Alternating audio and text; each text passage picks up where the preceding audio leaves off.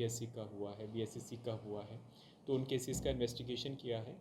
तो एक सब टीम हम लोग जो पुराने संगठित गिरोह रहे हैं और उनका वर्तमान में क्या गतिविधि है, उनके फ़ोन्स का हम लोग विश्लेषण करेंगे। नंबर पे हम लोगों को बहुत ज़्यादा सूचना आई है, उसमें बहुत सी सूचना प्रासंगिक भी है, कुछ सामान्य सूचना भी है। उनके माध्यम से भी हम लोगों को बहुत से नंबर प्राप्त हुए हैं। जैसे में ही एक एसआईटी का गठन हुआ है, यहाँ पे सीएसपीसी के जितने भी मामले हुए हैं, प्रारंभिक रूप से जितने भी 74 केसेस को हम लोगों ने जो विभिन्न ज़िला में हुए थे उनका हम लोगों ने अनुसंधान का कार्यभार संभाल लिया है। सबसे पहले हम लोगों ने ऐसे केसेस को चिन्हित किया है जिसमें संगठित गिरोह का कुछ ना कुछ उसमें फुटप्रिंट हम लोगों को नज़र आ रहा है। तो जितने भी ज़िला में केसेस हुए हैं उनके हम लोगों ने रिकॉर्ड मंगवा लिए हैं और फर्स्ट स्क्रूटनी हम लोगों ने की है, क्योंकि पहले जितनी भी गिरफ्तारियां हुई थी, लगभग 150 गिरफ्तारियां जो हुई हैं सभी मामलों में, वो सभी अब जुडिशियल कस्टडी में और ज़िला से गए थे। तो तकरीबन 15 ऐसे केसेस को चिन्हित किया जिसमें गिरफ्तारियां हुई हैं, जिसमें हम लोगों ने जो अभियुक्त जेल में गए हैं उनकी कस्टोडियल इंटरोगेशन के लिए हम लोग रिमांड्स की एप्लीकेशन संबंधित न्यायालय में मूव किए हैं। तो जैसे ही पहला स्टेप यही होगा कि उनकी हम लोग कस्टोडियल इंटरोगेशन करेंगे, रिमांड लेके इंटरोगेशन करेंगे, क्योंकि पहले हम लोग इन्वॉल्व नहीं थे, ज़िला स्तर पर इन्वॉल्व नहीं थे। आर्थिक अपराध इकाई में मात्र एक केस हुआ था।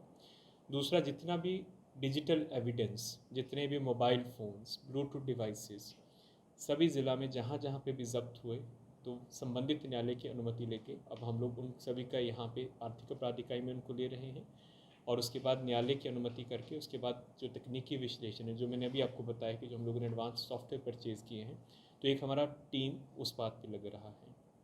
एक हम लोगों ने सब टीम बनाया है कि जो पुराने संगठित गिरोह रहे हैं, क्योंकि आप सभी जानते हैं कि आर्थिक अपराध इकाई ने पहले भी जितने भी इस प्रकार के कॉम्पिटिटिव एग्जामिनेशंस हुए हैं, चाहे बीपीएससी का हुआ है, बीएसएससी का हुआ है, तो उन केसेस का इन्वेस्टिगेशन किया है। तो एक सब टीम हम लोग जो पुराने संगठित गिरोह रहे हैं और उनका वर्तमान में क्या गतिविधि है, उनके फ़ोन्स का हम लोग विश्लेषण करेंगे और कोचिंग इंस्टीट्यूशंस, कहीं कहीं पे कुछ कुछ ज़िला से जो केसेस हुए हैं उसमें कोचिंग इंस्टीट्यूशंस का कुछ कुछ हिंट्स मिले हैं।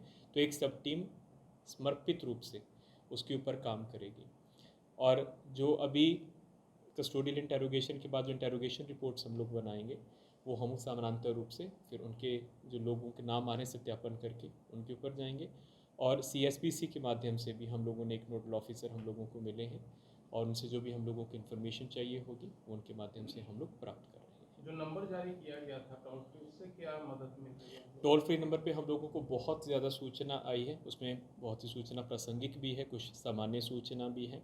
उनके माध्यम से भी हम लोगों को बहुत से नंबर प्राप्त हुए हैं। जैसे बहुत से कैंडिडेट्स ने बताया है कि एग्ज़ाम से पूर्व हम लोगों को भी संपर्क किया गया था, तो उन सभी नंबरों को हम लोगों ने, जो हमारी तकनीकी टीम इसमें समर्पित रूप से हम लोगों ने बनाई है, जो किसी लैब में काम कर रही है, सभी नंबरों का हम लोग तकनीकी विश्लेषण कर रहे हैं और कुछ कुछ अच्छे अच्छे उसमें साक्ष्य भी हम लोगों को मिले हैं।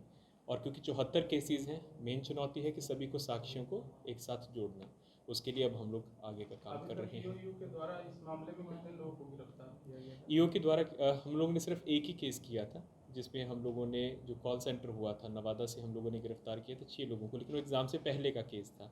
अभी तक हम लोगों के सहयोग से, जो दानापुर में आपने देखा होगा अभी जितेंद्र यादव एक कांस्टेबल की गिरफ्तारी हुई थी, जिसके प्रेस ब्रीफ भी था, उसमें आर्थिक अपराध इकाई का सहयोग था। देन कांस्टेबल कमलेश कुमार की गिरफ्तारी हुई थी नालंदा ज़िला से, उसमें भी था।